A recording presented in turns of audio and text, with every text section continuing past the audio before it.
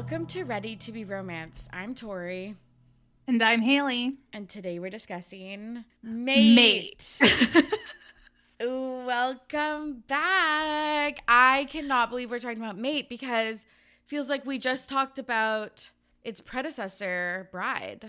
I know. I'm so excited to talk about it. When we talked about Bride almost like a year ago, a little less than a year, we were really hopeful that there was going to be a sequel. Like, I felt like we were set up very well that there was going to be a sequel. So when it was announced in the spring, I was very excited for it. Me too. Because, yeah, we had kind of both named the Bride our favorite book of 2024. And, like, right off the bat, I'm going to just say I didn't love this book. I'm right there with you, sister. And like no. I came on the podcast last year and I kind of said I'm a little bit of like an Allie Hazelwood hater. Yeah. Like, most of her books don't really connect with me. Like, Bride was such a shock for me of how much I loved it. This one, I would say I didn't dislike it as much as I have disliked other of her books, but I still didn't live up to Bride for me. And I almost like didn't expect it to. Yeah. I think I love Bride so much and I dislike her other books so much that I was just like, it's a real 50-50 here of where this is going to go. So I didn't mind it. I don't feel like I wasted my $11.99 on Kindle to like, I don't often pre-order books on Kindle. I usually pre-order a hard copy book of books I know I want to read over and over again. I wanted Mate right away. I wanted it zooted to my Kindle ASAP. I read it like the weekend it came out. I was just very excited for this Me release. Too. Me too. So my relationship with Allie Hazelwood is that I do like her books. I have read most of them. I haven't read all of them. But the problems that I'm having right now is the things that I dislike about her books are persistent into all of her book and seemingly getting worse. Like, one of my biggest, like, right off the bat, this is relevant. I don't want to jump ahead too much, but it's like, Serena is a journalist. Why is she making all of these science jokes? Can one of your main characters be an artsy writer girl? I don't know. In this world, no. I think that's fair. That's not something I picked up on. I would say I want to say this delicately because I think it's so important. And I love when books have representation. Of and course. I think it's important to like have like tough subjects and like see things from other people's perspectives. I have a hard time when books just feel like they're checking off boxes of representation, I guess. And I felt like in this one, we had too many problems of just like, we tried to take a stand on too many things. Like, we really tried to be like an allegory to like women's healthcare and the real world and how sure, great. Yeah. I felt like it didn't make sense here. No, it didn't. No, and I've got multiple scientific... I'm sure because she's a scientist, all of my anecdotal stuff is wrong. But, like, yeah, none of it made sense when she was, like, in heat, I thought, when it's, like, she can't produce a kid. No one said, like, I actually think this is the issue. Like, no one said it across the board. Yeah. Okay, sure. We had cults. Yeah. We had, like... Right. I don't know. We had some other stuff going on. It was just like, okay, we're doing. It was way too much. It was way too much. I think the cult aspect could I think that was almost like the strongest part, and we should have really just like pulled into that rather than almost like diluting the point with all of the other like subjects we wanted to touch. Totally, yeah. She needed to slim this down and like edit it down. I also don't like cults and like don't like reading about cults, and so this really caught me off guard also. Like, and you're right, it was the strongest point of the book. It just like really caught me off guard and like don't like love it. But I think because we are podcasting about it, I do a pretty close read. Like, I think this is like 11 pages of notes I've taken on the book. And if I have questions at the end, or if I think that like something was wrapped up in like one throwaway line, like I just don't think that is like good writing. And it seems like that happens too much. And I think it's because in 2025, she released 5 books, I believe. Oh my God. And like it just like that's just like it's kind of, I know people have been having conversations like with Taylor Swift and stuff like that, and I know that there is a pressure on artists and authors and people that produce content to put out more content with the way that the world is moving so quickly, right? We blow through content like used to. Absolutely. And so yeah. I don't Yeah, blame her, but like it just, I think it is starting to affect the art. Like it really, it affects movies, it affects like music, and it affects books. And I just think about like how, you know, when I was like younger, it'd be like, there would be like maybe one book that came out that year that I'd be like interested in from one author or whatever that I liked. And it's like, it's just crazy that it's like, if you are Allie Hazelwood's biggest fan, you could technically have 5 books this year. And that just seems like too much. No, and like a lot of the authors I love have been on a steady like one book a year pace, and I kind of love that. It like gets you hyped. You know that every spring I have a real like crazy release schedule. Yeah, like Emily Henry or something. Yeah, exactly. And it's just, yeah, I think we could all afford to absorb things a little more. And I feel like that is a little rich coming from me as somebody who consumes books pretty quickly. Me too. I have always done that. Like that, like as a child, I would do that. But yeah, I think Allie Hazelwood's still releasing a lot of her like back catalog of like Wattpads. True. And it's just like we're going to get to a jumping point, and then like the book talk and the resurgence of reading has been so great in so many ways. But I do believe it just like it leads to obviously a lower standard of quality for reading, and I think people like kind of sometimes want to read like books that are bad as like a to like dunk on them. I think people aren't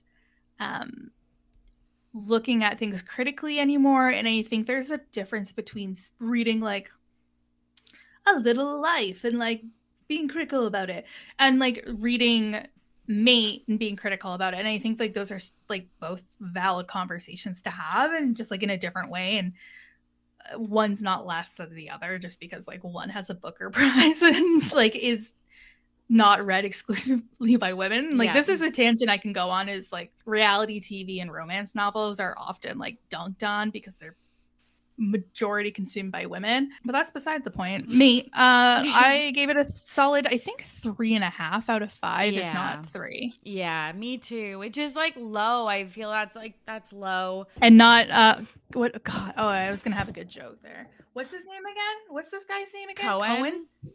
It's low and not Cohen, get it? This is part of me aging, is like I can no longer stand a grumpy MMC when they are just mean.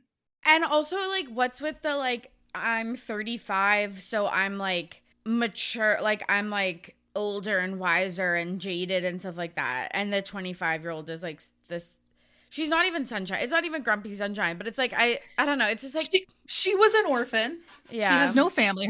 She was kidnapped. Her best friend like got taken from her.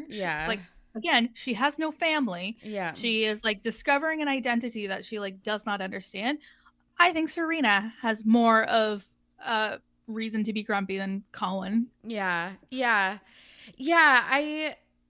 don't know. It's just so funny. I just really didn't connect. I really feel like Allie Hazelwood, another thing is like I think her female main characters, like I just feel like their voices are starting to blend together for me. So I'm just like, I just kind of see this like one kind of like insert character, and like I just feel like I couldn't really connect with them, which I felt like that was such the opposite with Bride. But my favorite parts in this book was when she was talking to Misery. I know, because like she was still like that's been her strongest voice to me is Misery, and I think Misery was so funny in her book. She was funny in this one. I felt like it was like the same character.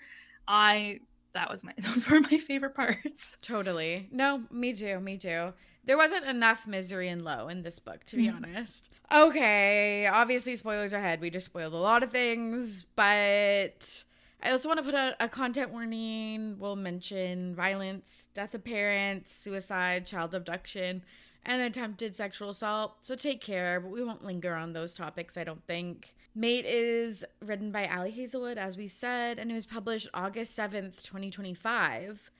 It picks up where Bride ends, where our main character, Serena, she's a journalist.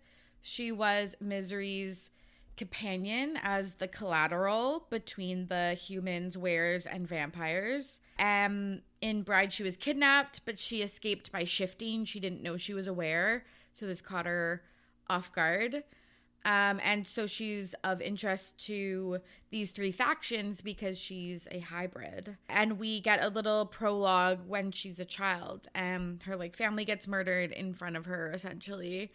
And this man, we don't know who it is, but obviously it's Cohen, spares her and like calls her like a human social worker. Ugh, and this is completely a Haley thing and not a thing at large. I don't like age differences. I don't find them cool and sexy and fun. It grosses me out that this grown man met her as a child.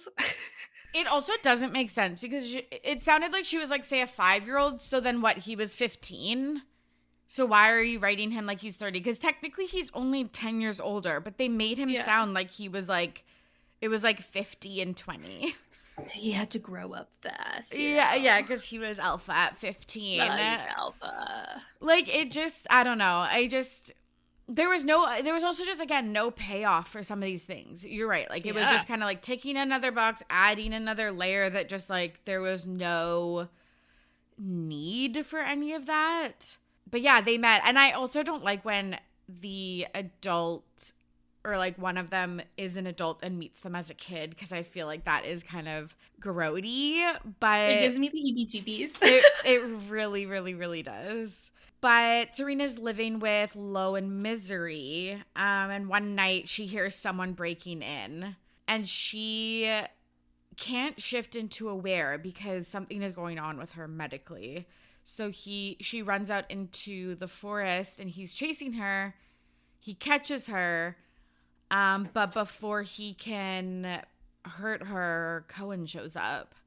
And they have some back and forth. They basically, this was also like dark subject matter. They like joke about R-wording her. With so much consent talked about in this book, with being in heat and not being able to make clear decisions, that is true of consent. I didn't like love when they were like joking about sexually assaulting her, and then Cohen's like, would you like that?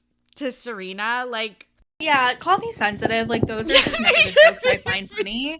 Me like, too, I just don't. me too. I consider myself reasonably funny. Yeah.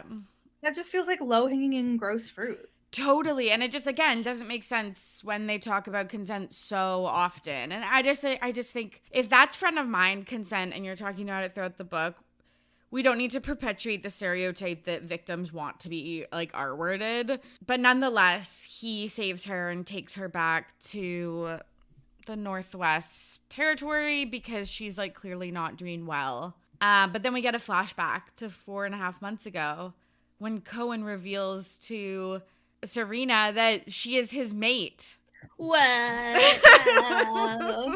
Which is, like, it's, okay, so it's good, but, like, I just think it's tough. This is, again, another thing. Like, I guess it makes sense, but, like, it kind of also doesn't when he's like, it's purely sexual. It's not love. It's not even like. And it's like, okay, but that wasn't the case for, like, Lo and, like, anyone else that we've talked to in this book. Yeah, I think the reveal at the end of Bride was so good. Like, oh my, it, like, hooked you in for this one so bad. And it just was just like, well, actually, I hate you. And it's like, I just want, like, I'm at a point where I just want people to be nice to each other and like each other and be nice and like each other, you know?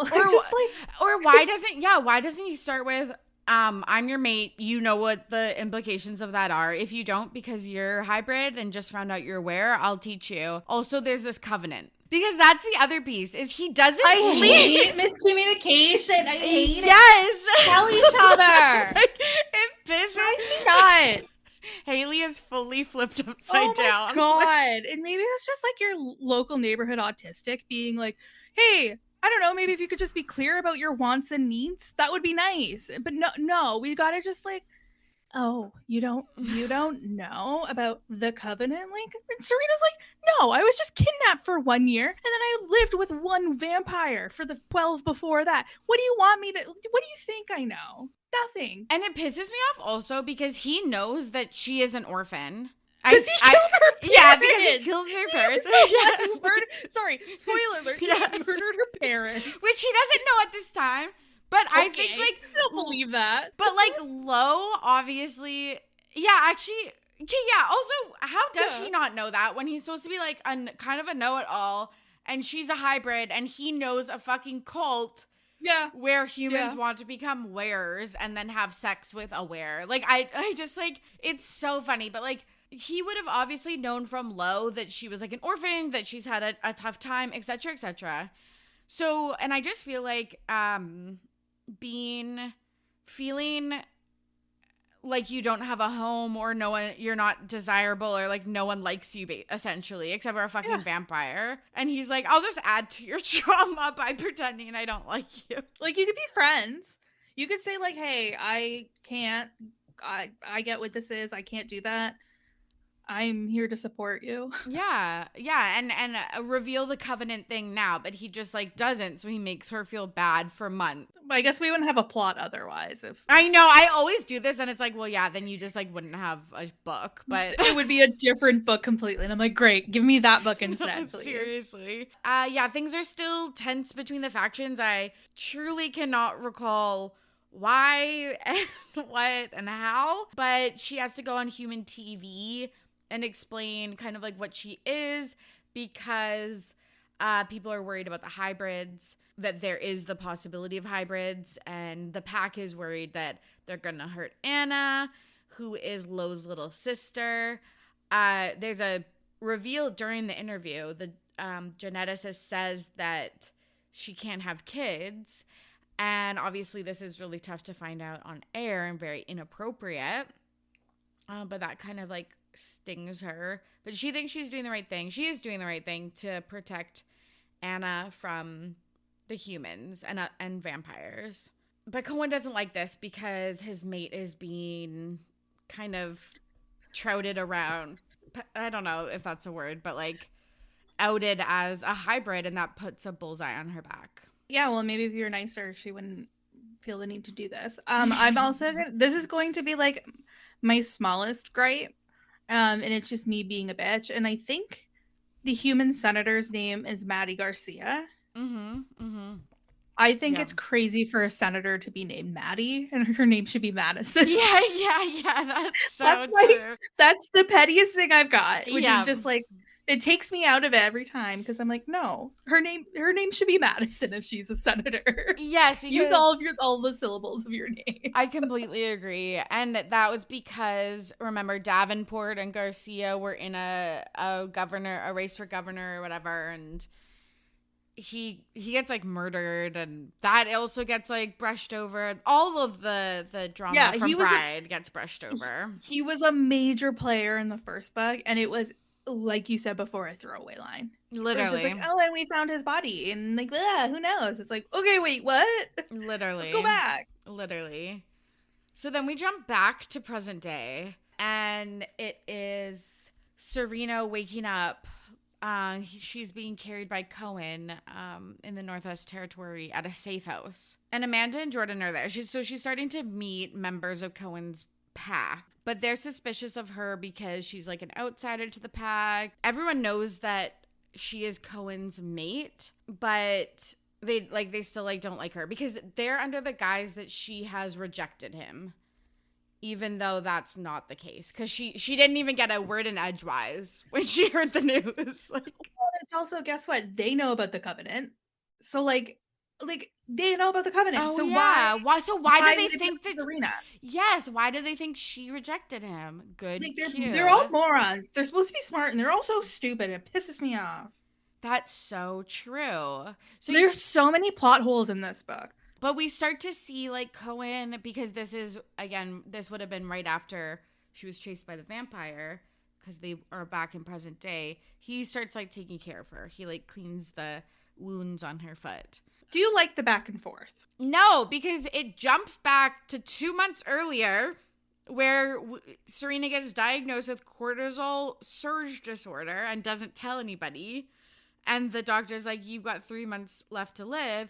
And then it literally jumps back to present day. And then I don't think does it ever go back? Like, does it have any other flashbacks? I don't think so. Like, I don't know. It's And it just so like, weird. I feel like it stopped the momentum a lot of the times. Yeah. Where it just, I don't know. I just feel like there must be a better way to provide that context than being so literal about being like, well, let's go back to it. Yeah, that's true. That's so true. No, I completely agree. Especially because it stops. I think it literally stops at this point. I think it's present day the rest of the time. And like Lo's bringing her to a doctor. Yeah. A human doctor, I think, which is great. Which is what happened, I think. That was like the problem is he misdiagnosed her. Why knowing she's a hybrid, take her solely to a human doctor? Why not? Again, Lo is supposed to be so smart. He's so alpha and he's so the leader. Why isn't he sitting a human doctor and a were doctor down in one room and said, yeah, figure it out. Discuss. Totally. Yeah, no, completely agree. You bring it to the human doctor and he's like, you're going to die. Nobody's like, let's get a quick second opinion on this because you're so different. And if you would, yeah, like nurses are so important. I love them and they're best and they work so hard. But like you put her in front of a were nurse for 45 seconds and she's like, yeah, she doesn't have CSD or whatever. No, 100%. Yeah, I didn't get that. And also it's like her health is deteriorating, but they don't ask her, like, she's like, yeah, nothing's wrong, but they don't like inquire again, I guess, but they like see her health deteriorate, or at least Cohen does. It's a shaky plot, I feel like. You know what, now that I'm thinking about it, this book came out too fast after Bride. It did. I know, because I actually do think the general story is interesting, and I like the world building of this world. But yeah, I just think she needs like a major editor. But yeah, so yeah, they are back at the Northwest compound. She's going to be staying at Cohen's house for a little bit. And people in the Northwest pack stay in wolf form, which is interesting because in Lo's pack, they are mostly in their human form. And he is like, you should shift into your wolf form and we can go for a run. We can hunt and stuff like that. Maybe it'll make you feel better. And she's like lying because she cannot shift. And he's like, oh my God, but maybe it's just because of stress. We'll figure it out. Meanwhile, she is also like searching for info on her parents through Juno of the Southwest pack. And she actually finds out that her father was the were. She thought it was her mom. So she technically is different from Anna, which gives her hope that Anna will also not have CSD. But again, can you explain that to me? Because how would that, and why would that make any difference? I am a little too dumb for that. Like, because it's like, yeah, but your parents, don't they like contribute equally to your like genetic makeup or whatever? Didn't take biology. Yeah, like, no, like, but she's like, oh yeah, thank God I'm dying, but Anna isn't. So, probably won't die quite as much as I'm dying. Yeah, so like I'm good to just keep up this ruse. But also like, if you were concerned about that, wouldn't you want to tell people so that they could get started on figuring out what the scoop just is? In case. Truly. Yeah.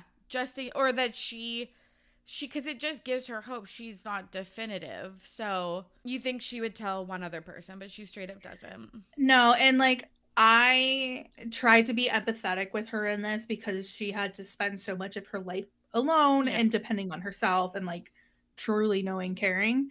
So I try and be chill with her about that, but I'm also just like, maybe you're just being a little bit of a dum-dum. And a lot of these books are just like women being too hard-headed about things, and men, a lot of hard-headed people for no reason. And like, You're right. It's probably a trauma response, but like, I just think that if she's doing everything in her ability, she's doing these interviews, she's acting as bait to keep Anna safe, why wouldn't she do this additional thing? You're so right. But Juno is, checking for more information, and she says that you could be from the Northwest Pack, but they actually lost their database. So we don't know. Oh, of course they did. How convenient. They're one of the only packs in the world. And that's because years ago they were like attacked / like separated, and they were like united under Cohen's leadership. But they had this big thing, kind of like how Misery, like the vampires, had their big red dinner thing. And she found out that there was a group of human orphans, and one of them was probably her. So Serena at Cohen's house is like, I want to be left alone. I don't want to be with anybody. But Cohen doesn't trust her to protect herself after what he just saw with the vampire. So he brings her to Brenna, who is his ex, and says, fight her, and if you win, you can stay by yourself, because I'll be able to trust you that you can take care of yourself. Also, why this is another thing. Why add this layer to the plot when there is literally no payoff with Brenna? Truly. And also, it's like, Cohen he became alpha. This is another thing also. It keeps going. It keeps going because Cohen became alpha at 15. So my presumption is that he is a virgin and would have dated Brenna prior to that, or maybe earlier, but they wouldn't have had sex. So I'm like, right. She's nobody. This is nothing. Like, this is fucking nothing. It's like you're like, not that I had one, like a fourth grade like boyfriend. Exactly. That is exactly what she is. And while they're fighting, she says, she's like clearly annoyed by Serena, and she says, but I know for a fact he won't ever touch you. And that's because of the covenant, but she doesn't know that at this point. Like, didn't she start to get like slightly curious? No. And like, I get it, just being a little too self-centered to look outside yourself. Yeah. But it's just like, girl, it's so like, you're a journalist, and I know it's like financial journalism, but she also did some other stuff. Like, you can't pick up vibes or anything. That's a good fucking point. She was the one that uncovered all of that Davenport stuff, which is why she was kidnapped.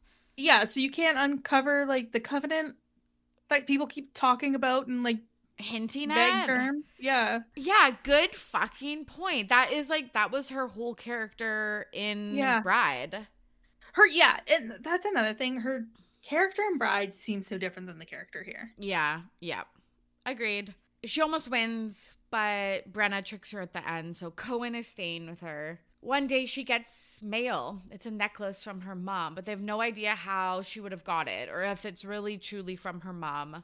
But it must have been someone in the pack, because they can't find any evidence of anyone breaking in. So this is a little bit suspect. Cohen's trying to help Serena be able to shift. They do like a visualization, but that doesn't work. And they do some like mundane things. This was a part of the book that I actually really liked. Me too. I thought it was so sweet. It's very sweet because she yearns for like normal life. She wants to go grocery shopping. She wants to cook. She wants to have people around her. She wants to have a simple life with Cohen. And that's obviously something that she's never been able to have. I also really like this part. It's so cute. It was like the first time where I was like getting the chemistry. And I think fated mate books are so interesting sometimes because like in all romance novels, you know who's going to end up together. Yeah.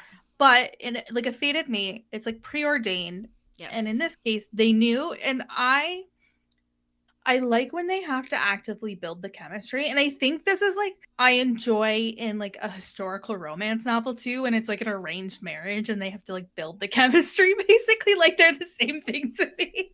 Agreed. Because that is essentially what this is. I like the moments where we're building the chemistry and not just well, I'm your mate, so we're together. You know what I mean? No, completely. I like how he buys the candles for her, and it's funny, even like this is like another like kind of micro trope, but like when he goes to the clothing store and she's like, "Aren't you gonna pay?" And it's like he's the billionaire alpha or whatever, like that. Like, I want one guy to have like a modest salary. I'm like tired of these rich people. Like, no, me too. like give me a middle manager once in a while. No, seriously, that's so true. Later that night, she makes dinner for Amanda and Colin. Some of these names might be slightly off because I did listen to this via audiobook. And so there was a lot of letters. There was like a lot of like random and like kind of like random names. And I'm just like, I think I missed some of these, to be honest. Like, and they show up like once or twice. Exactly. But they're also like naked a lot of the time. This was, I feel like, very like Twilight werewolf lore too, where they like they're in clothes, but when they shift into wolf, they like lose their clothes. So when they shift back, they're like naked.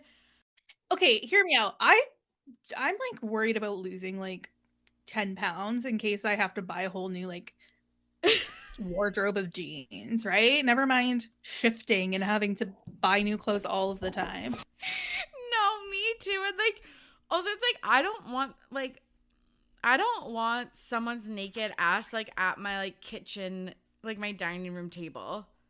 And I'm also a never nude, so like I don't want any bits anywhere. I love Dancing with the Stars. Like I love it so much. Yeah. I hate when the men take off their shirts. I don't want that. I want everyone's shirts to be on at all times. No, I like hate. I was gonna say something so inappropriate, even though it's not that inappropriate.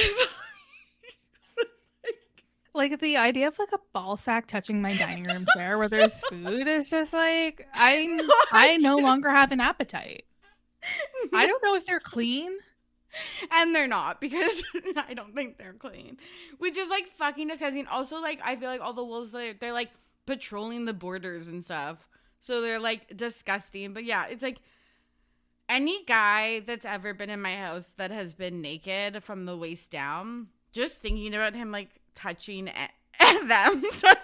touching any of my pillows or my duvet.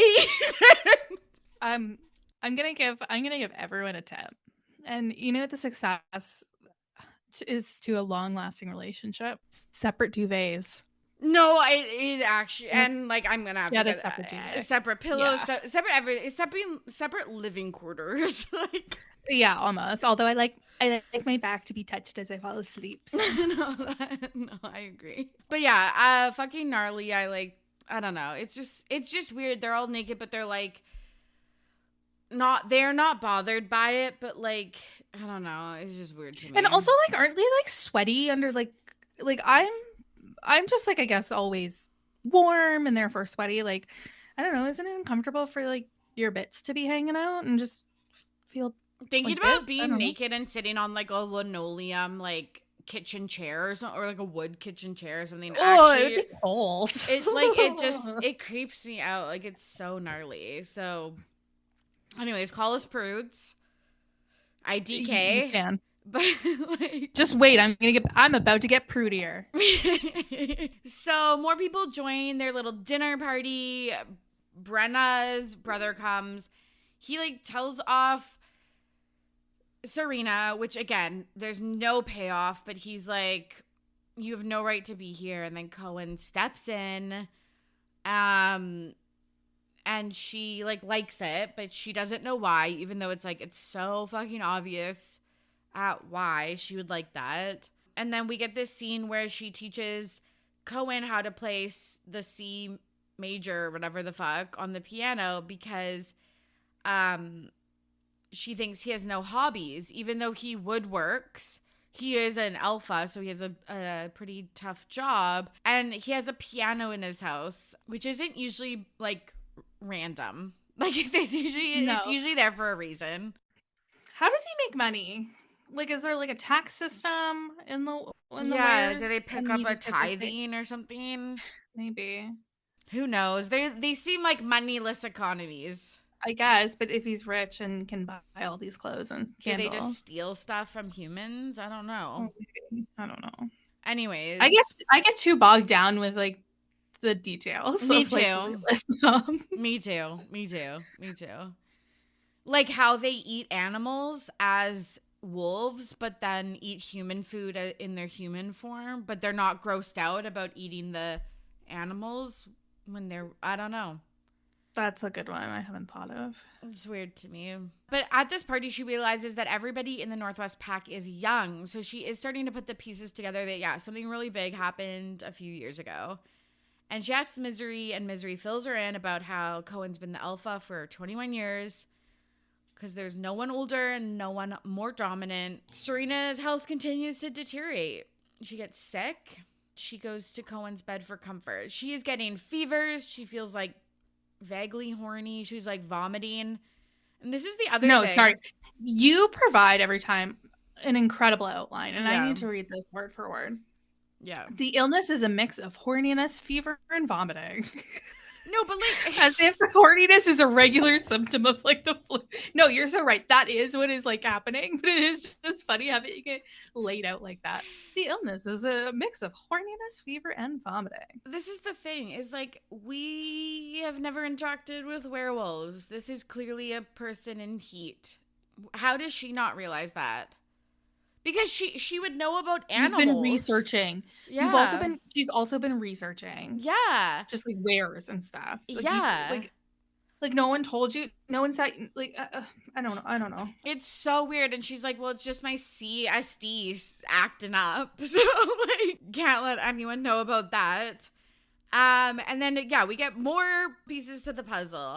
Serena sees Cohen play fighting with the other wolves, and Amanda says, don't worry, it's just play fighting, but Cohen is extra aggressive because he's horny. Because he lives with his mate and can't fuck her. I would just like... I would curl up and die. The prudeness seeping out of my body. It would just be like...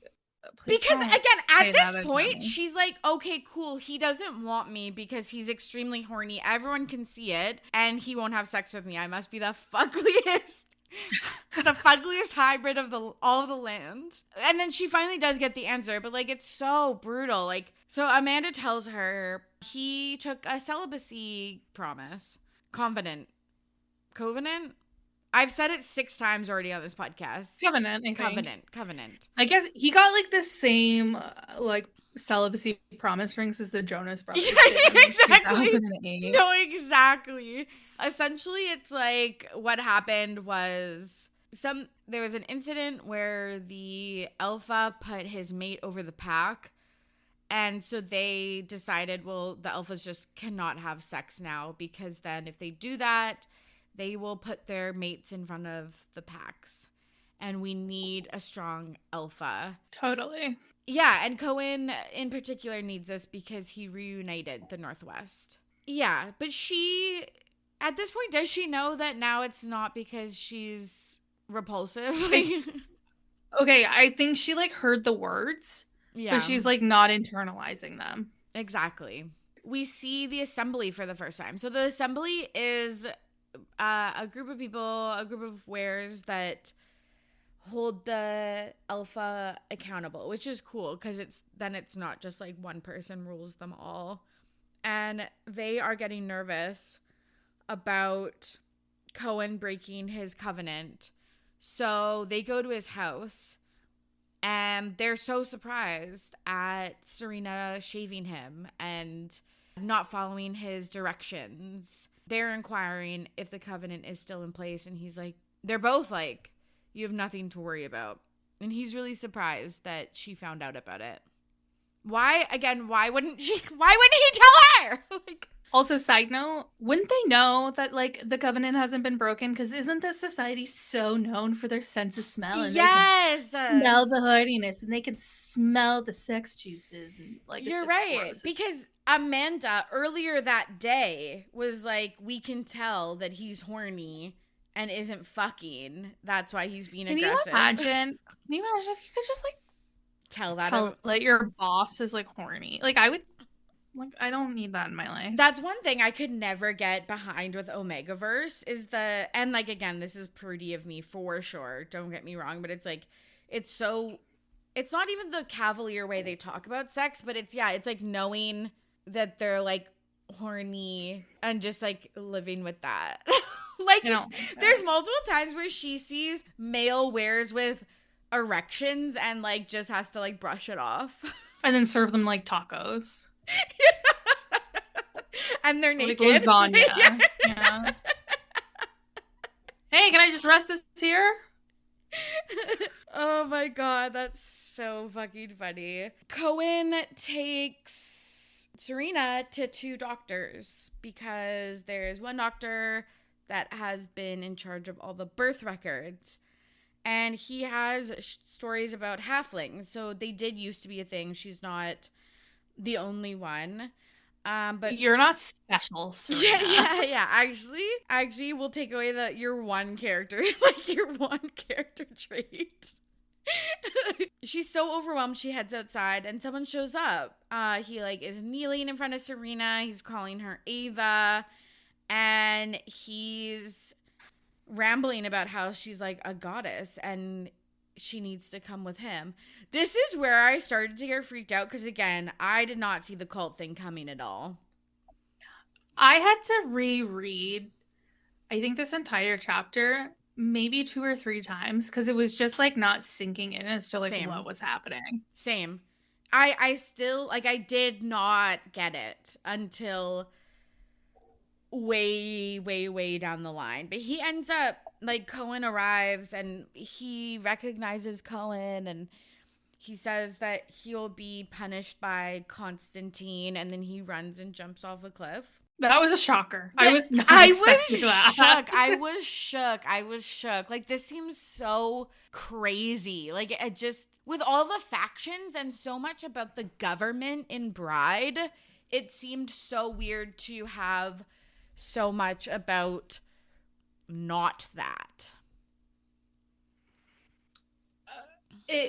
And especially like we're a good chunk into this book already. Yeah. Also, want to say this is actually, I'm not even joking, probably the 60%. Like, we're over halfway through. They haven't kissed, and this is a romance novel. And they're pining, sure, they're yearning, they're horny, like whatever. They don't fuck until like 80%. They bone before they kiss. Correct. Yes. Or should I say they not before they kiss? I just want more. Like, I just wish, like, you're right that like the pacing is off. Like, nothing happens and then everything happens. And I don't know. It's just, I don't.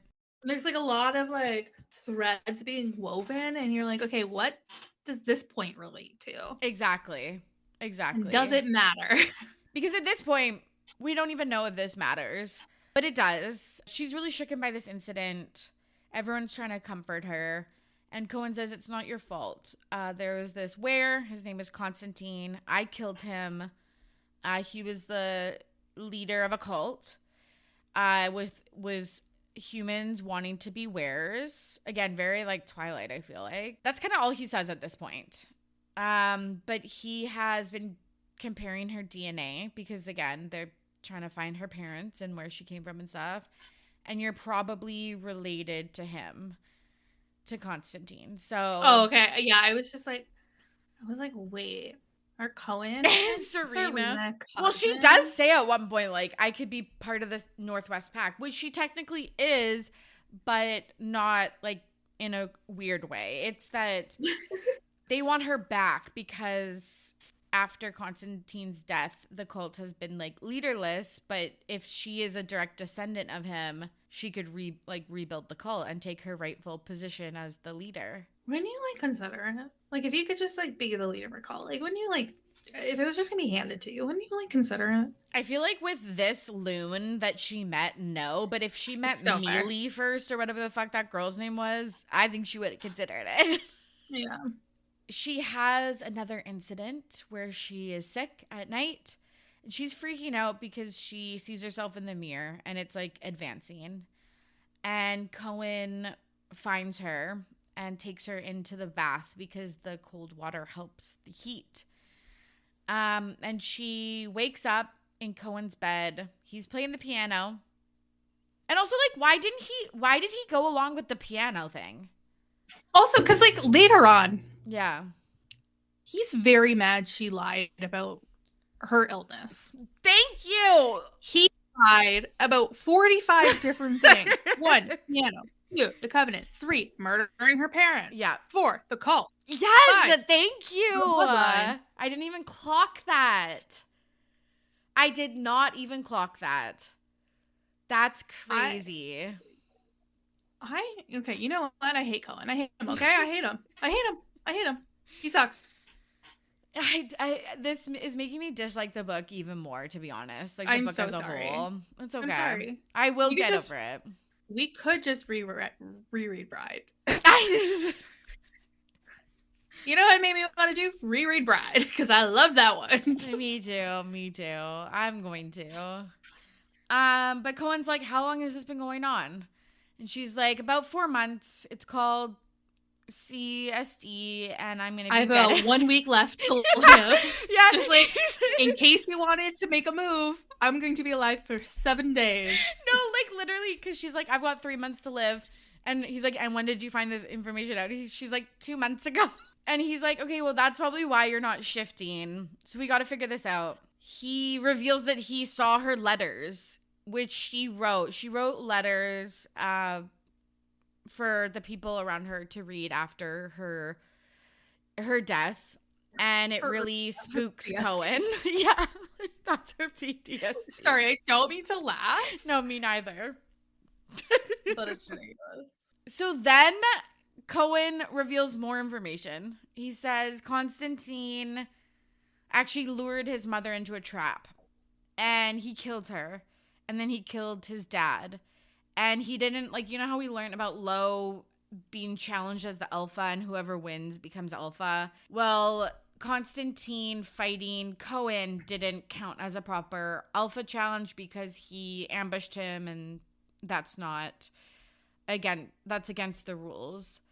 And he's terrified that the same thing is going to happen with his mate, that he is going to be so obsessed that he would put her above the pack. So we finally get, like, the reason. Some explanation. Yeah. At 89% of the book. Sorry, it's 87% of the book, because, like, a truly wild plot point happens at 89. And I, like, vividly remember at 89% of the book, a wild plot line happens, and you're just like, how is this going to wrap up in 11%? No, literally. Yeah, so also Misery knows this, that there's a cult of humans wanting to turn into wares. And basically they talk it through, and she realizes that, okay, well, yeah, if my mom was a cult member and my dad was the cult leader, essentially. Yeah, I want to say, and, like, I don't want to brag, but, like, I'm pretty good at figuring out plot twists. I had this one clocked, like, pretty early on. I was like, yeah, that's her mom and her dad. And Cohen definitely killed Killed both of them. Yeah. Finally, things start to kind of spice up. Serena sleeps in Cohen's bed so he can help her out with her night sweats.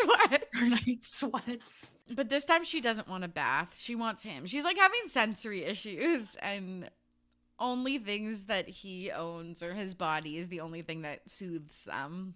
I have a lot of sensory issues, Me and one too. thing that does not fix them Amon is getting dicked up. Oh, I'm getting poked by a dick. What are you talking about? Yeah, I Getting don't want any of down? that. Yeah, that's fair. Yeah, if I'm having sensory issues, you know, it won't help. More sensory.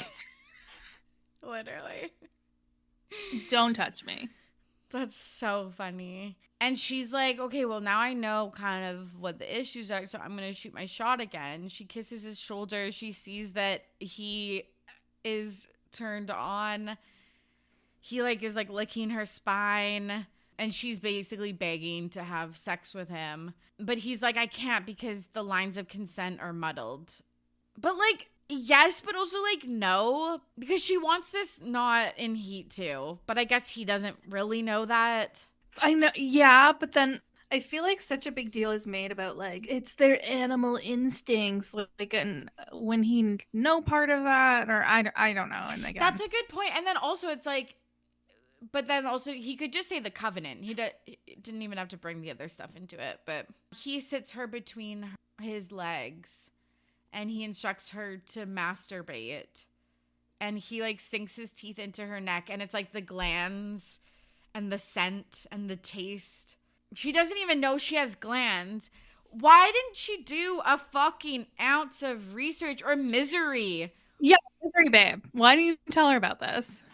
It sucks. That was such a big part of Bride too, is the gland thing. And it was like fun in Bride too, because she was like a vampire, and like she needed the blood, and he wanted the gland play, and all this other stuff. Not gland play. It's such a not sexy word. Gland, yeah. Yeah. Also, there's a lot of description in the intercourse scenes that was just like I was sopping wet. It was like waves. I'm just like, this is too much liquid. Like, who's cleaning this up after? There is a point where he's like, oh, are you worried that you're like too wet or whatever? And I just want to say, and maybe this is a real issue and we gotta rep the girls that are too wet, but I'm like, I've never heard of that being an issue. It's usually the op. Like I don't know, girlies. I don't know. But he's like, well, I can like kind of help you. This is kind of like getting around the covenant thing, but like I can't come because that would mean it was sex. Like that's the line. Okay. No. It's like they're basically like Mormons and they're soaking. Literally. And then also it's like he's like, also you'll never be satisfied if you don't have a dick in you. And like that felt like with all of this stuff trying to be like a little bit more 2025, that felt very not 2025. Also because like I believe in Bride, there's like 2 female weremates. Yes, that's what I'm saying. Like okay, heteronormativity. Yeah, so confused. But yeah, she makes herself come and then she falls asleep. And then the next day he's like, it's getting worse, so I'm going to take you to Layla, who's a nurse practitioner, I believe. Like I mean, she's specifically like a nurse practitioner.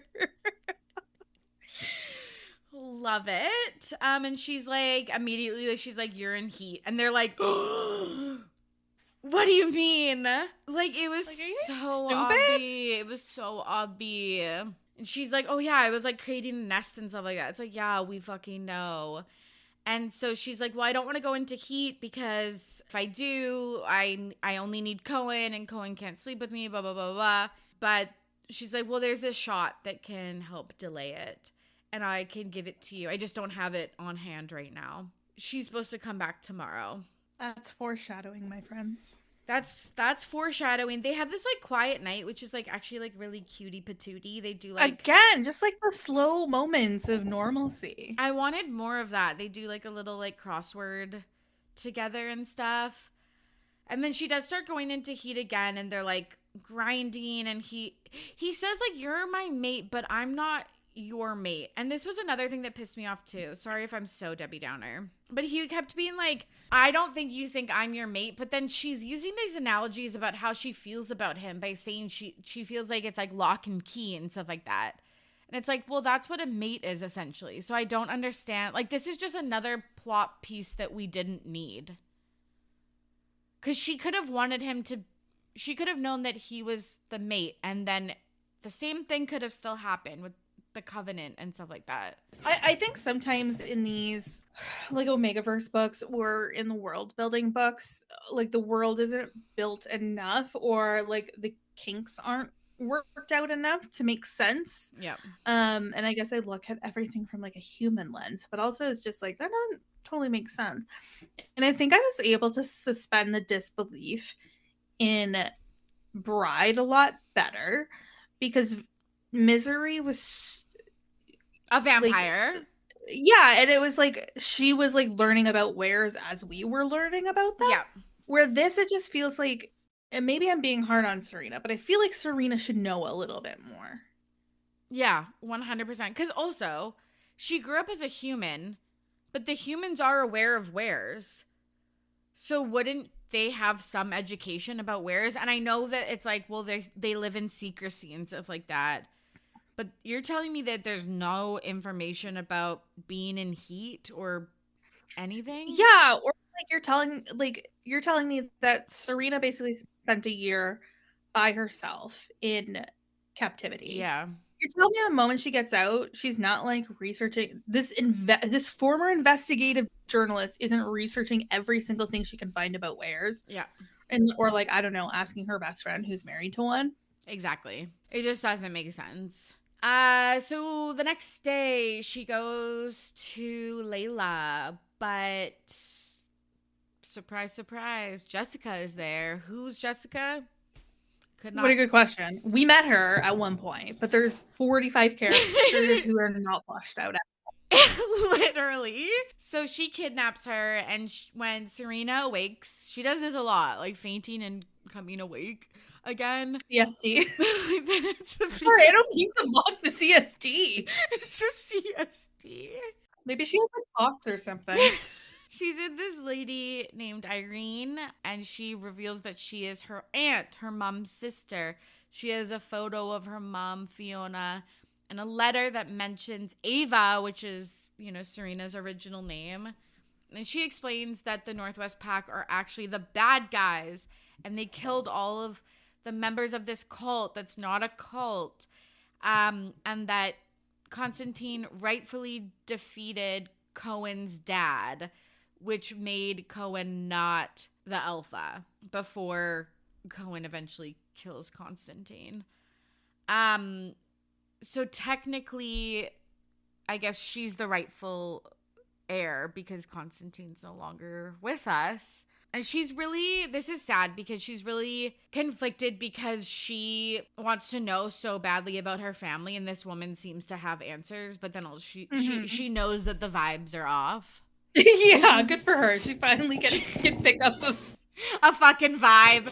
She notices a fucking vibe shift. Our local investigative journalist can finally pick up the vibe shift. So funny. But it's okay because Cohen arrives and he is putting all the pieces together himself and realizes that, he killed Constantine and Fiona.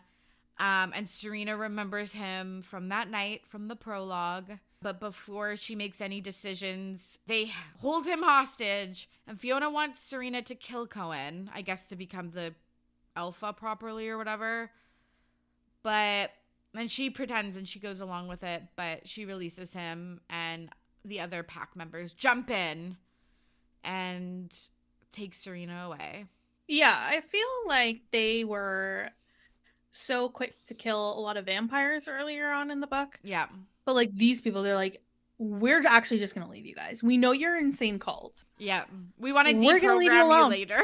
You guys are fine. I'm sure this is going to be the end of your reign of terror. No, exactly. That's so fucking funny. So she's like, okay, well, I'll get that progesterone injection, Layla. And she's like, oh, no, sorry, girl. It's way too late. And it's going to be way worse after this.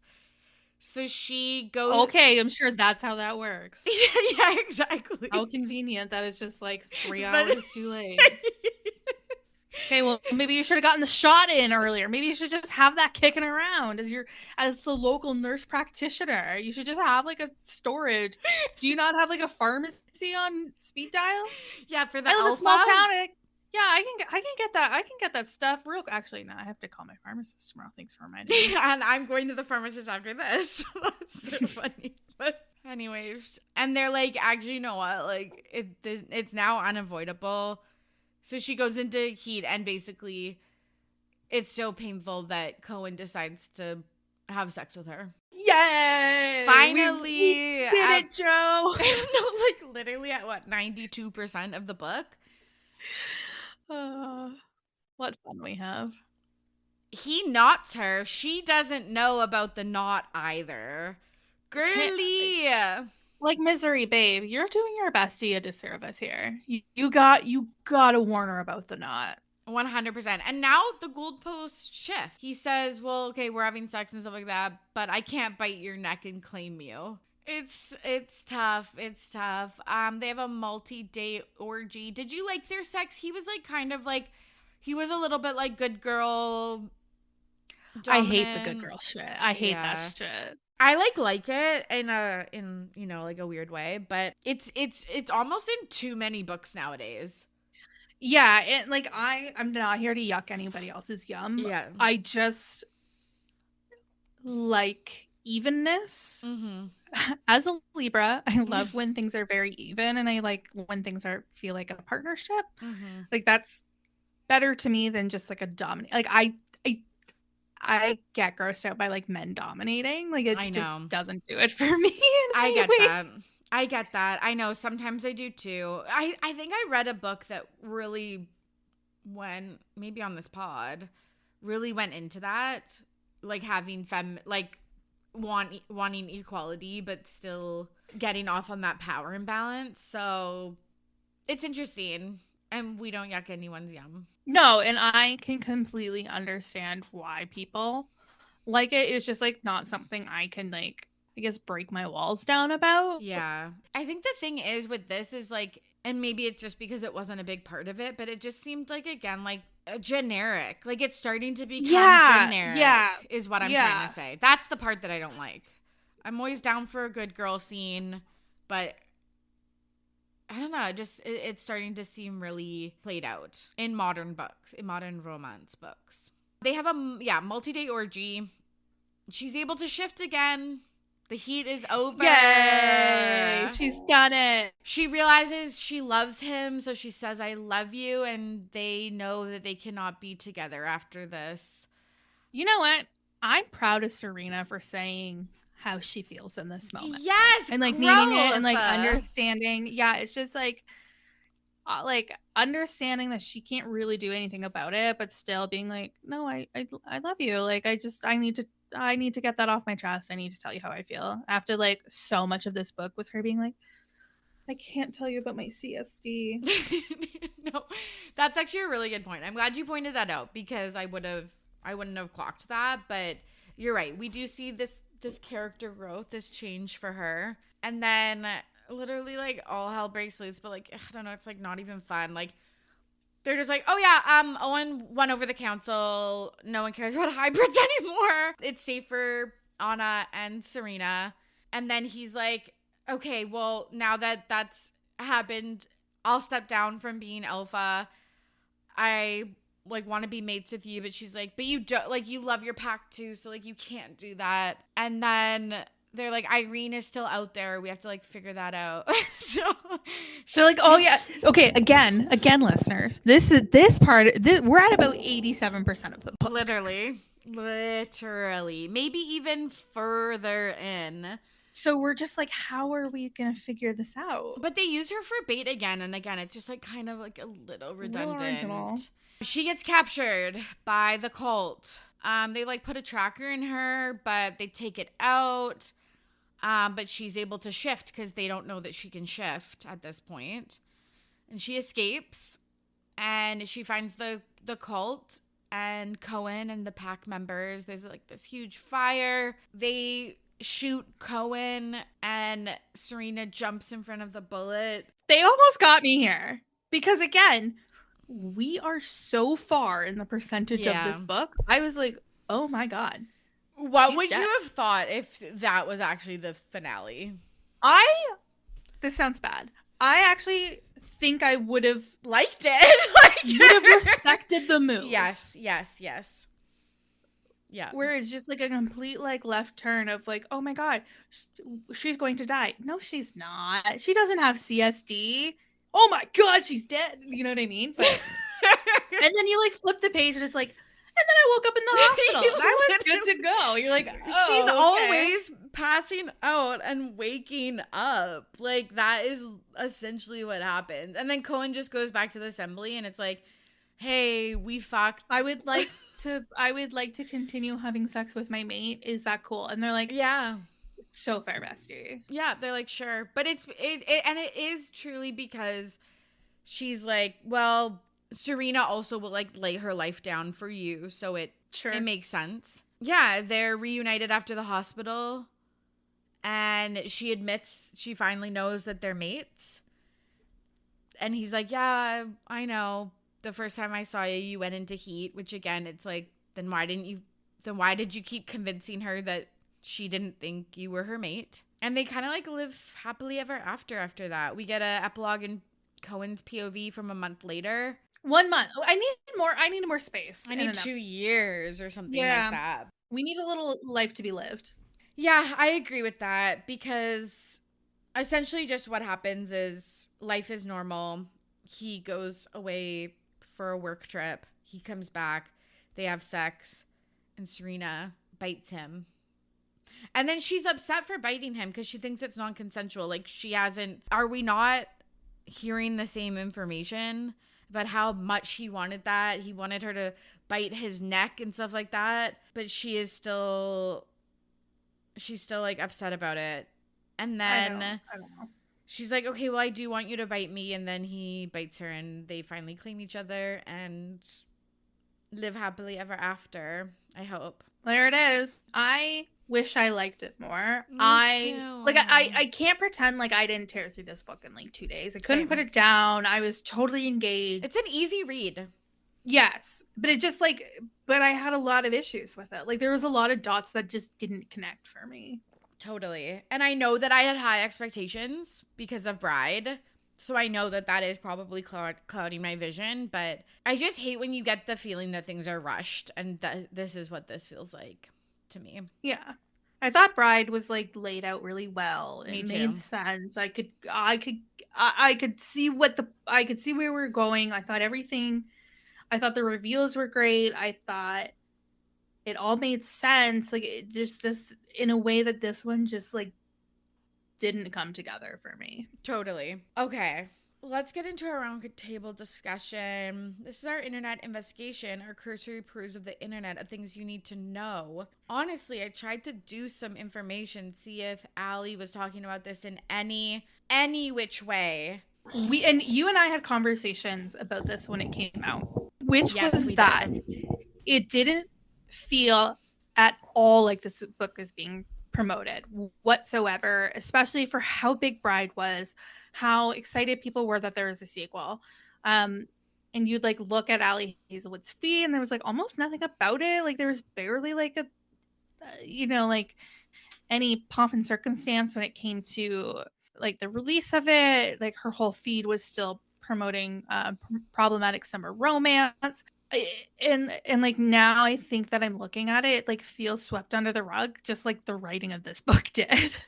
Exactly. I just don't know, professionally why they're doing this. Like you're saying, Bride was a huge book. And when we heard that it was getting a sequel so close to Bride coming out, we were shocked and so excited. Like you said, we both, if I wasn't on vacation, I didn't have a lot of reading time on this vacation, but if I wasn't away, I would have read it the first day, just like you. And I remember going on Instagram on October 7th or whatever and looking, at her feed and being like, and then I was like, oh my God, right, I forgot Mate was coming out. And there was just nothing. It was all about her other book and then her crowdfunding projects that she's working on and stuff like that. And I just don't know why that's happening. That seems like a dumb move professionally. Yeah, I wonder if part of it is that the way she got her start was so independent that if she is, and this is pure conjecture, having issues with traditional publishing, or you know what I mean, or just I'm not sure what the scoop was, but I just couldn't believe what a wash that this felt like. Just the promotion of it, not even the book itself, just the I don't know. And I feel like you and I were not the only ones who were so excited for this book. No, we couldn't be. Bride was a fucking hit last year. Yeah. I think that along with maybe the love hypothesis, it must be, again, this is just purely based on what I see on TikTok and Instagram and Reddit and stuff like that, it must be her other best-selling book. I would think so. it definitely got a lot more hype because it felt so unique. The world building was so good. It wasn't too much. It wasn't too little. Yeah, but that's a good theory about the traditional publishing thing. You're right. She's such a, people don't know, she was a big Wattpad writer. One of her Wattpad books got turned into, it was a Dramini fanfic. It got turned into a, like, traditionally published this year. And you're right about these, like, old works becoming, like, her releasing them. But it's, like, it's still, it needs editors and, like, a fact checker. Yes. Like, it just needs, this is going to be like a kind of a different example, and that's I, like you, have been engaging in some like sports romances. Love. And I've been having a hard time connecting with most of them because they feel like you didn't even read the Wikipedia page for hockey sometimes. So I read one in the summer. It's called Shoot Your Shot by Lexi LaFleur Brown. And her husband was a former NHL player. And I just loved that it felt like the details of like being in a relationship with a hockey player were fleshed out and made sense because she's like lived that life.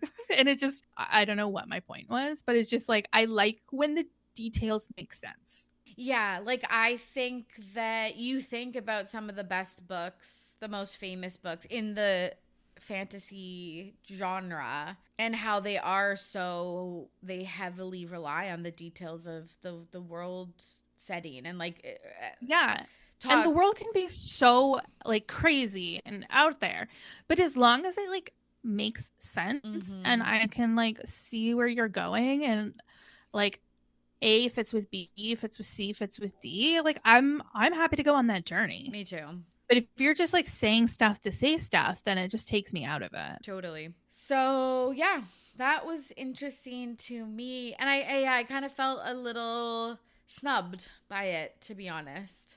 Okay, our Wonder Whys. These are unanswered questions for the listeners. I had plenty that I shared. So many. It was just like I didn't even remember all of them. They were just like, what? Like there's just so many. But here's some other ones that I haven't mentioned.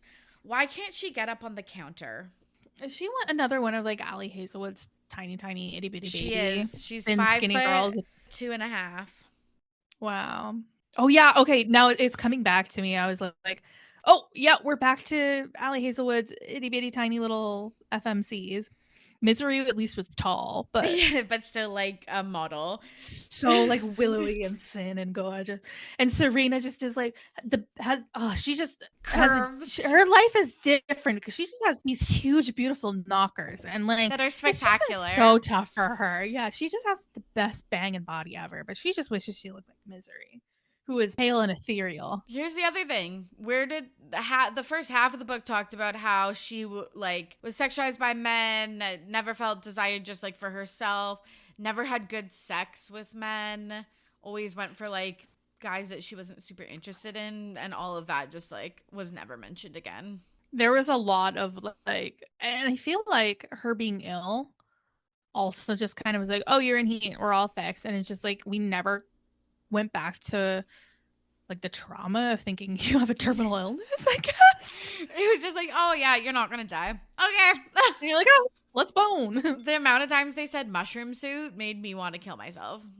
There was a lot of, and that's what takes me out of a lot of Allie Hazelwood books, is just like the phrasing of things. I'm just like, what?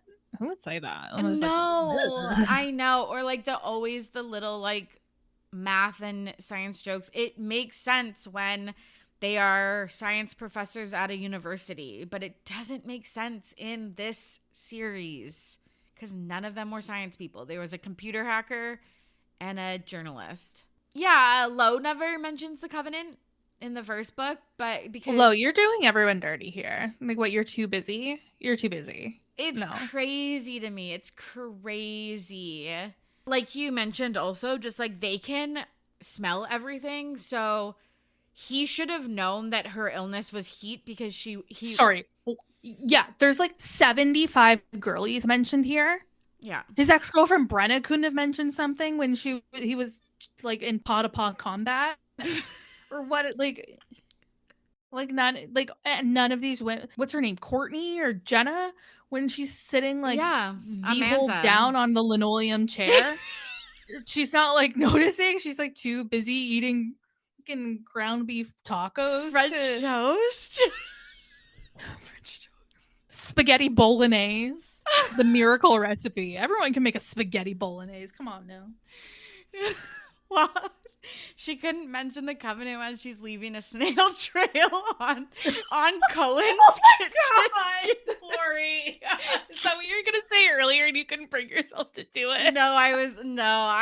Which that is gnarly. I have apologized to everybody. No, I was just thinking about guys being naked in my house and like sitting in places they shouldn't be sitting. Yeah.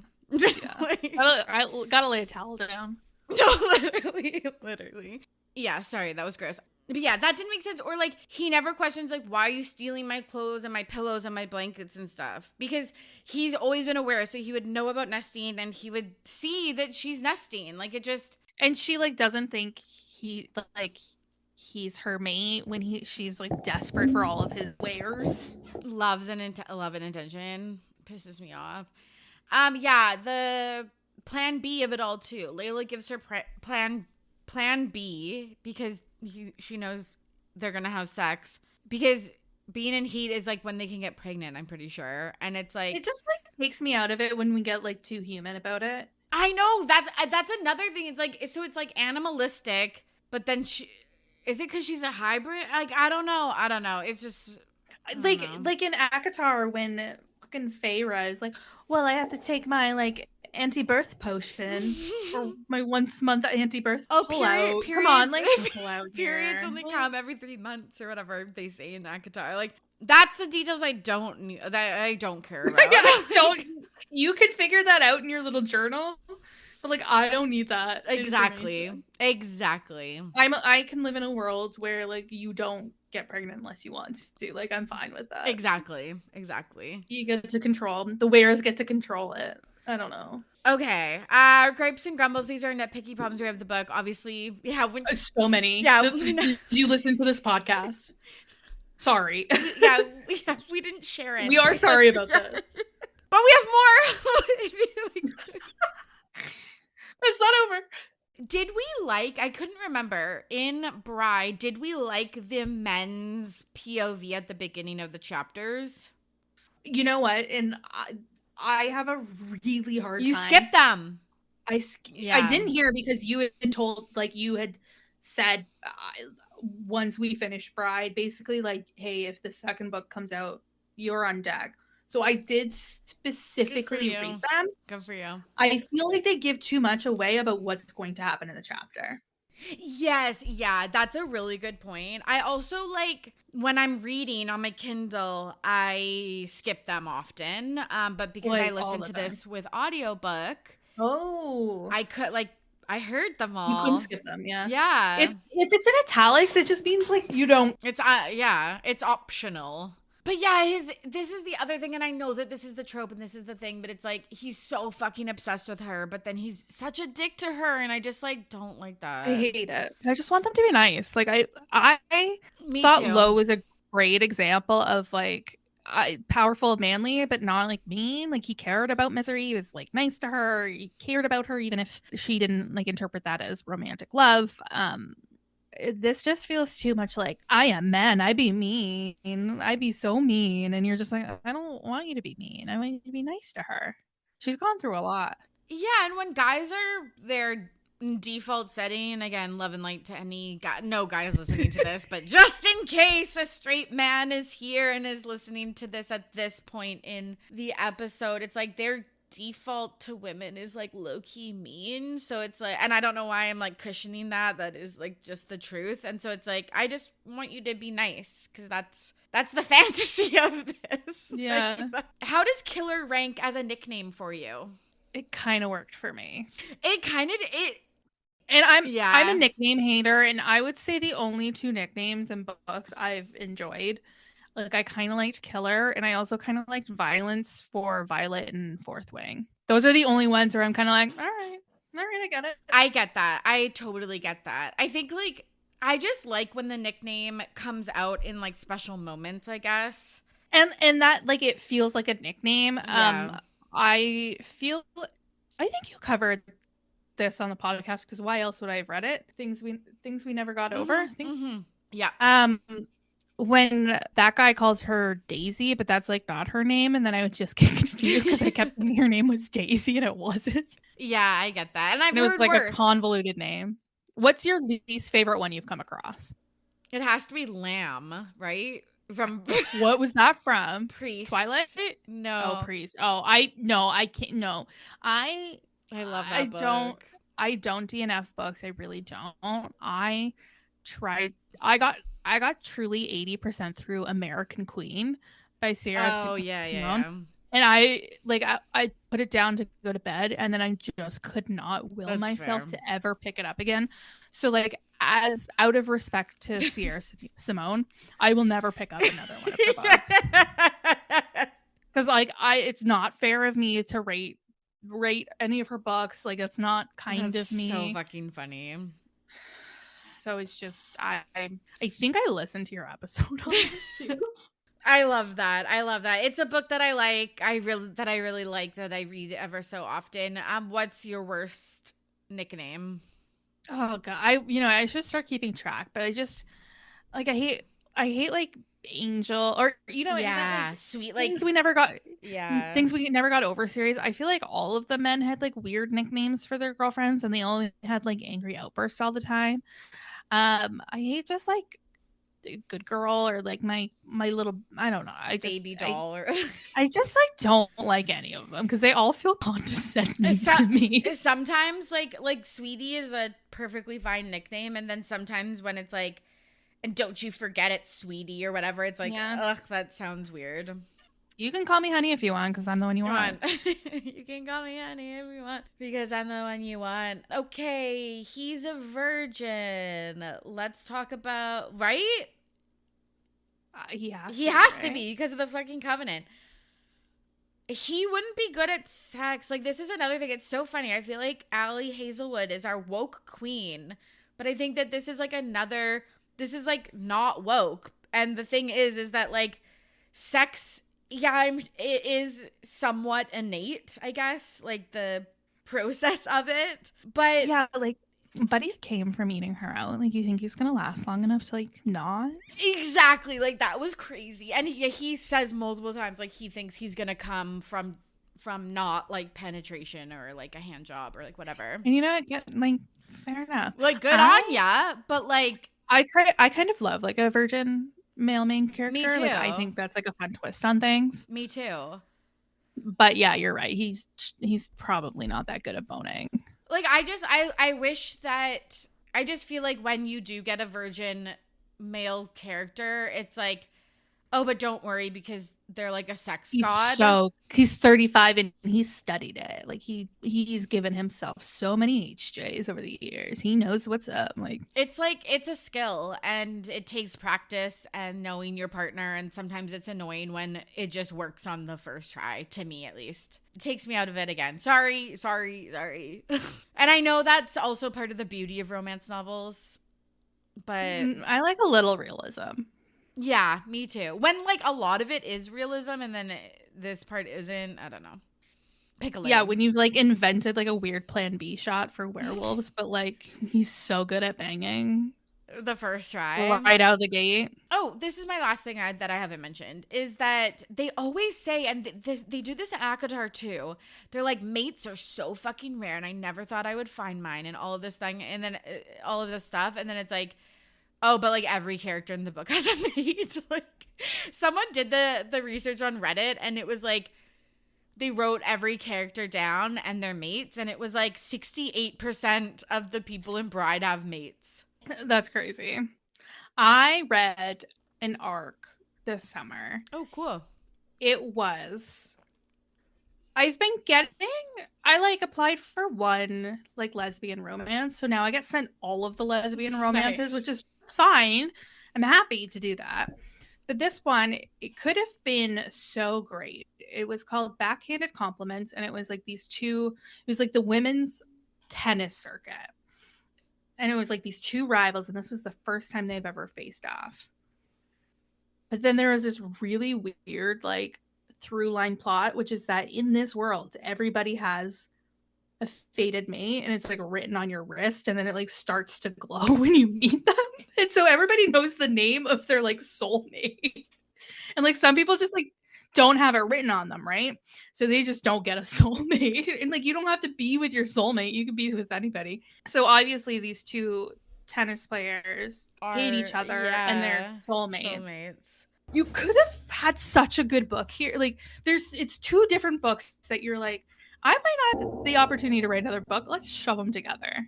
We're like, I want a tennis romance where it's like the two top women in tennis, like hate each other but then fall in love. Yes. And okay, like, you know, fated mates isn't like necessarily for me and like not totally my jam, but it's just like, okay, that's a different book and you can keep that over there. Yeah, it's also, I feel like really heavily, have you watched the movie Timer? Have I watched any movie? Not usually. Yeah, okay, me too. I like canonically, I canonically hate movies. Like, I only like Elf, yeah, Love Actually, and anything else with Hugh Grant. I'm like a Cinderella Story, What a Girl Wants, Lizzie McGuire movie. Like, yeah, truly. I'm like, give me Notting Hill. Yeah, you know, any of those like 90s British ones. Yes, but for some reason, and it was because I was in a Buffy phase. I had watched Buffy, and then the character Anya the actress is the main character in this movie called Timer. It was like an indie movie, but it is essentially that. They have a timer on their wrist, and it goes off when they meet their soulmate. But some people don't get the implant, and so they don't know who their soulmates are. So that's interesting. I wonder if this person read Timer or watched Timer. And I guess, like, I'm also just, like, not a big, like, soulmate girly. I'm like there's 7 billion people in this world, and I'd probably get along with, like, quite a few of them. Oh, yeah, me too. But, like, I met one guy who was conveniently located and who was nice to me, and, like, that's my soulmate. Like, okay, Me too. I know the amount of shit I talk about men on this podcast. It's like I clearly love men. I'm sure I have many a soulmate. I think. I hope. Yeah, it's just like, you know, I like this one. Mm-hmm. I like the one I live with. I'm not gonna search elsewhere because like he's fun. We like the same things and we watch all the same TV shows. Like, what more could I want? Nothing. That's the dream. Exactly. It was truly the dream. Do you have any other grapes and grumbles that we didn't cover for the book? Not really. Just like I was just like disappointed. I was so excited. Like I love Bride so much, and this just kind of felt in line with all like the other Holly Hazelwood books that where I could find like many issues, and I feel bad being a hater. And like her books are just never ones I could connect with, which is why I was so surprised. Yeah. When I came across Bride, like I expected to go into that one and be like, "Ooh, a Megaverse, ooh, Holly Hazelwood." Like I'm not gonna, but I really enjoyed it. So this one was disappointing. It felt too quick. Like it was. I would have waited 3-4 years for this. Yeah, I would have. Me too. Yes, 100%. I want slower produced content. Like because we had every summer after came out in what year? So this is 2025. The summer will be different was 2024. Meet Me at the Lake was 20. So like 2022. And then Carly Fortune wrote like 2 other books. And then we had One Golden Summer, which was like a follow-up of a character in every summer after. And like that felt like a perfect amount of time for like the story to feel like it's grown. And every summer after was my other like most anticipated read of the year along with me. And like I loved every summer. One Golden Summer. I loved One Golden Summer. I thought it was great. I thought it fit perfectly in with that, where this one just felt like a rush job. It was just like, oh, Bride was successful. Oh, we have like an open line of that. Shove it out. Here we go. It's like Allie Hazelwood and Tessa Bailey have the same fucking editor who's just like, we'll just let that slide. Let's print up some dollars, baby. Literally. Mason and I, when we covered Fourth Wing, when we covered Onyx Storm specifically, the 3rd book, we talked about this extensively of like how it is starting to feel rushed because she has released 3 books in this series pretty consecutively. But I really respect Rebecca Yarros for saying it's going to be like 2 years before you get the fourth one, because I need to take care of myself and I got like some planning to do, and I just appreciate that so much. Yeah, and I love that we haven't gotten the next Court of Thorn and Roses Me too. book. I was literally just thinking that too, because some of these things take this long. I want, like, I'm happy to wait for stuff if it's going to be great. It also makes it sweeter. We cannot do any delayed gratification in society now. And like, trust me, I'm the same. I'm addicted to TikTok and stuff like that. But it's like, God, when we get ACOTAR, like it's going to be like life changing. Whereas like when I got this, even though it was a year after Bride, I'm probably not going to think about it ever again. No, and like I think another good example is, of course, when we were growing up, Harry Potter. Yes. I obviously very much have like a different view on that now, which is horrifying because it fucking sucks that J.K. Rowling is such a turf who is using her huge platform to be such a raging fucking bitch. Yeah. I think a good comparison to that feeling is Hunger Games. Yeah. Where when I read that first book, my life was changed. Like I had never read another book like that. Waiting for the movies to come out, going to like midnight showings, like with my friends, like having that exciting like moment. Even like, and Suzanne Collins has done something so interesting, which is she writes when she feels like she has something to write. Yeah.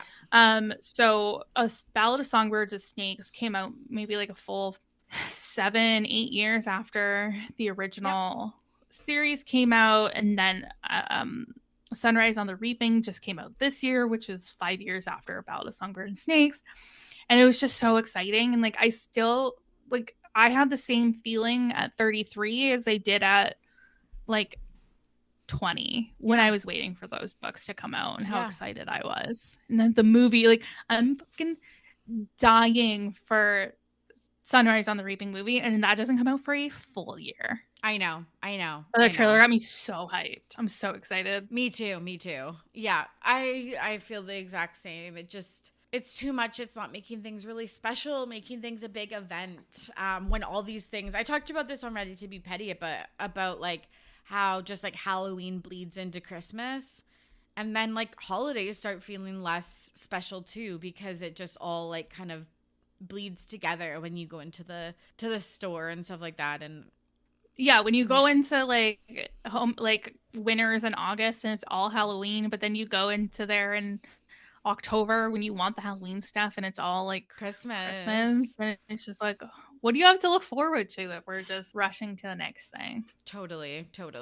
Why do you write like you're running out of time, Allie Hazelwood? That's my big question. Yeah, and like I love that she has so many ideas and has so many stories she wants to tell, but I think she would really benefit from like having an editor who will tell her what's up. Yeah, 100%. Yeah. Okay, our side character spotlight. This is our nomination for an unforgettable supporting character who deserves the Duke. Okay. So no one. Is this segment new since you've been? I think so. Yeah. So I added this like probably just like in episode like 45 or something like this. Is something like that, because there always is someone that I like kind of want to talk about, but they are a side character. And for the last, 10 or so books, there's been a clear nomination, or me and the guests have different ones, but we're clear in our decision. Every side character is a jumble of letters with no discernible personality. I could not give a shit. The only one I care about is Misery, and it's because we had her book last. Yeah. She would be my side character, but then I was like, that feels like cheating, so I chose that. Feels like we should just reread Bride. Yeah, I know. So I had to choose Layla, but again, she had like 2 scenes like that, like, and she was bad at her job in 2 of them. Literally, yeah. I thought she was like in on it, on like the kidnapping at first, because she was. Me just too. Like, oh, look at me, you're a werewolf. You're gonna fight off these little weird humans. Me too. I thought that too. Okay, if anybody has a different opinion, let us know. And then our sequel scoop. This is our tea on any upcoming sequels, seasons, and the general reception.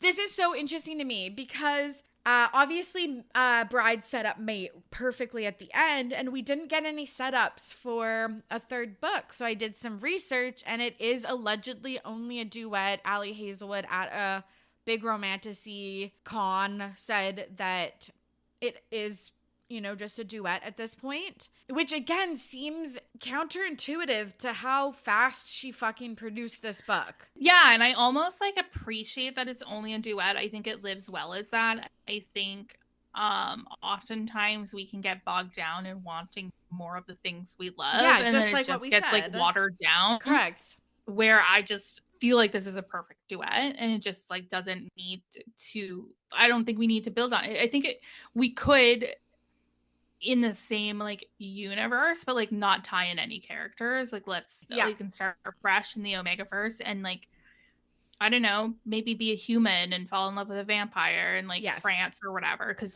France exists because Lowe was an architect. Sorry, I think he was an architect in Switzerland. Yes, he was. He was. Yeah, he was.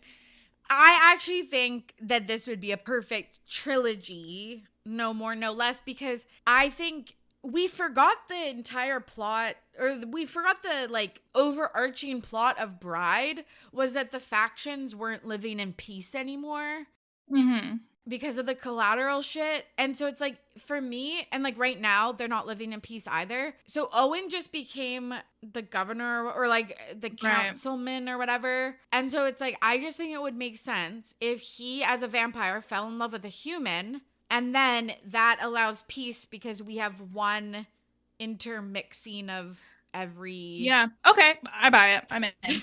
You sold me. It didn't take much.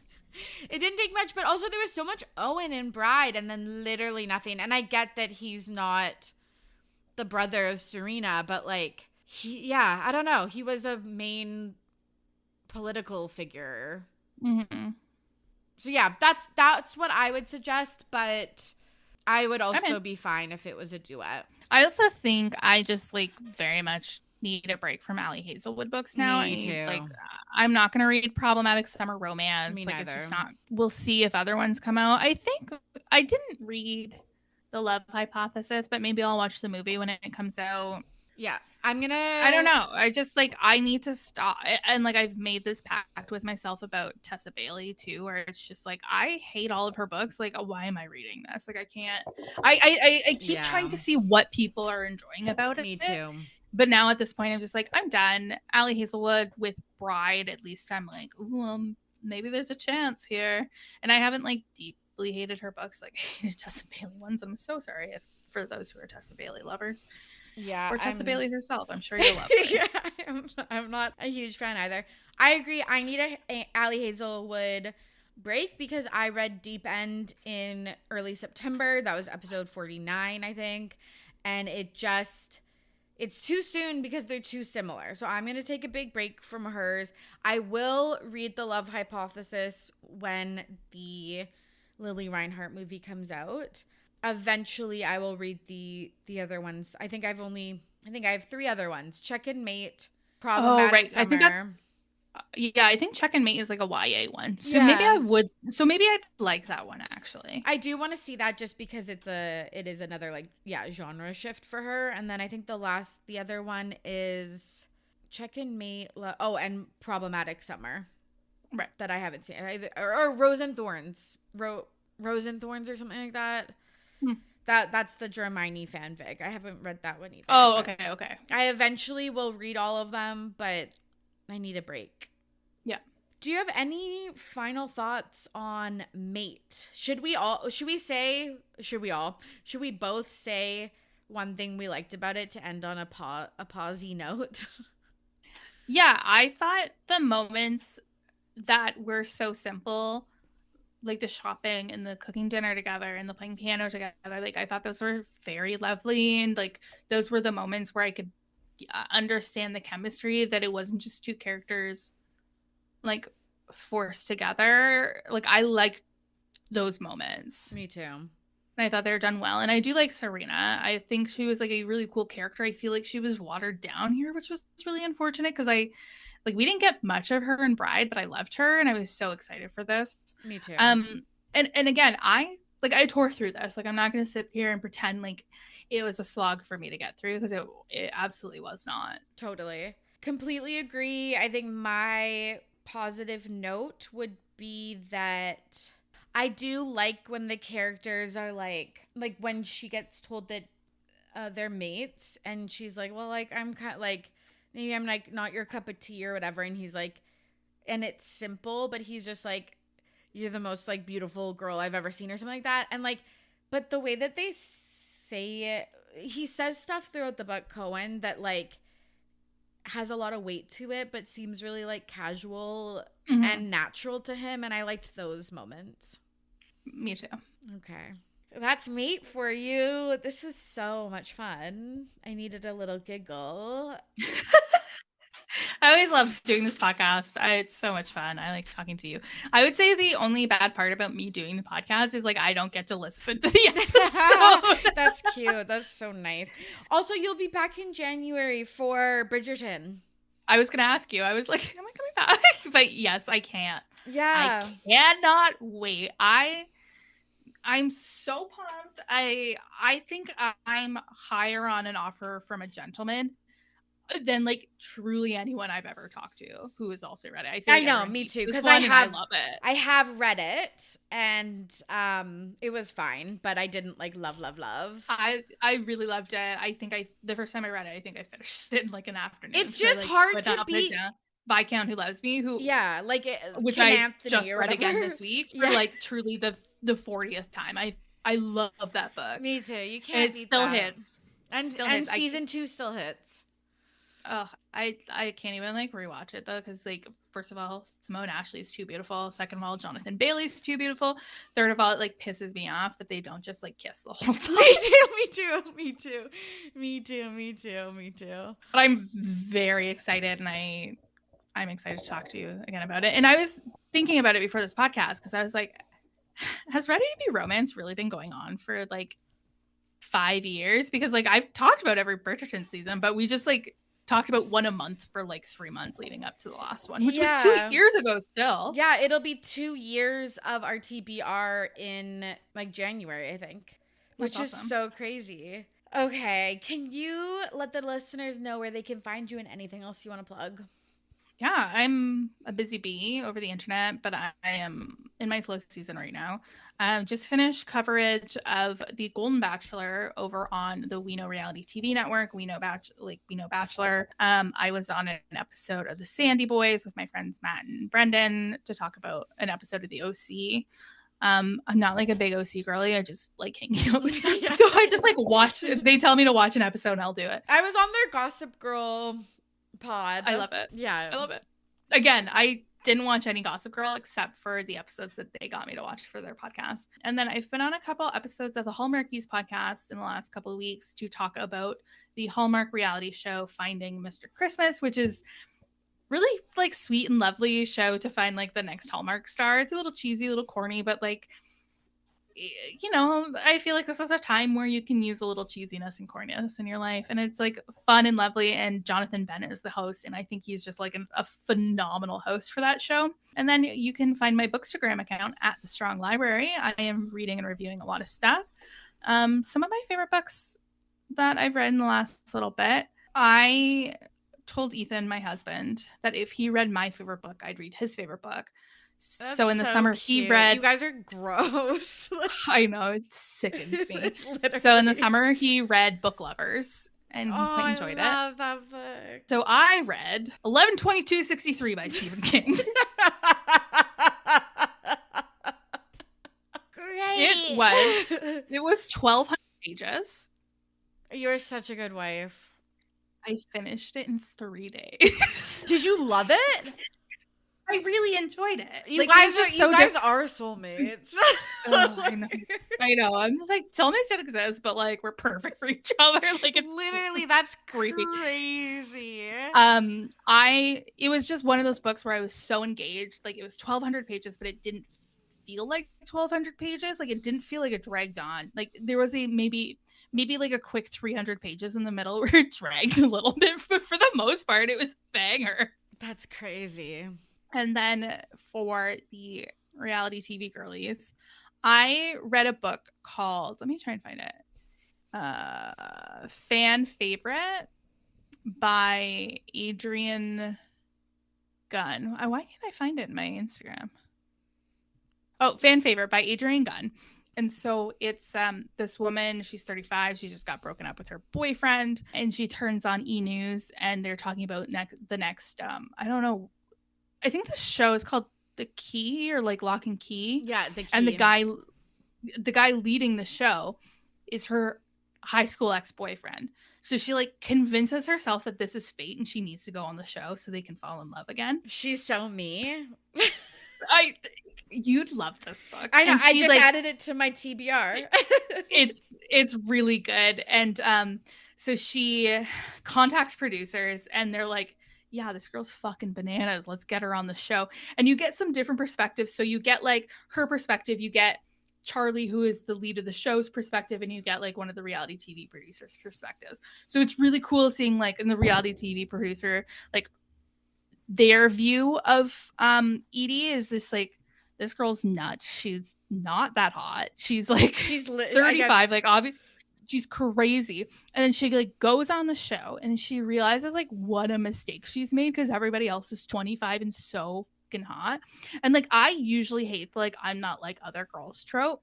But this one's fun because she's like, oh, these girls are like specimens of like, yes, like perfect specimens of humanity. Like this is crazy. Yes. And I just feel like it's one of the best, like it feels like what the reality TV show is like, I guess. Like I feel like so many other ones are just like too much of like high level tropes of reality TV, where this one it all made sense to me, like as somebody who's been watching these shows for a majority of my existence.